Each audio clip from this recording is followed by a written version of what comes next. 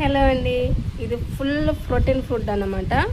దీంట్లో మష్రూమ్ ఉంది, పన్నీర్ ఉంది, బేబీకార్న్ ఉంది, కొన్ని వెజిటేబుల్స్ కూడా ఉన్నాయి. చాలా అంటే చాలా యమ్మీగా ఉంటుంది. యాక్చువల్లీ మేము తిరుపతిలో తిన్నాము. యాజ్ ఇట్ ఈస్గా అలానే ట్రై చేశాను. టేస్ట్ అయితే అలానే వచ్చింది. చాలా అంటే చాలా బాగుంది. మీరు కూడా ట్రై చేయండి. మిక్స్డ్ వెజిటేబుల్ రైస్ కోసం, ఫ్రైడ్ రైస్ కోసం ఇవైతే మష్రూమ్స్, ఇది పన్నీరు, వెల్లుల్లి, క్యారెట్, క్యాప్సికమ్, ఆనియన్స్, పచ్చిమిర్చి, బేబీకార్న్ ఇట్లా డీప్ ఫ్రై చేసుకొని స్నాక్ లాగా చేసి పెట్టాను. ఇది కూడా దాంట్లోనే వేసేస్తాను. ఇవేనండి. ఫస్ట్ కడాయి పెట్టుకొని కడాయిలో అయితే ఆయిల్ వేసుకుంటున్నాను. కొంచెం ఆయిల్ కొంచెం ఎక్కువనే వేస్తున్నాను, క్వాంటిటీ కొంచెం ఎక్కువ కాబట్టి. ఫస్ట్ దీంట్లో పన్నీర్ వేసుకుంటున్నాను.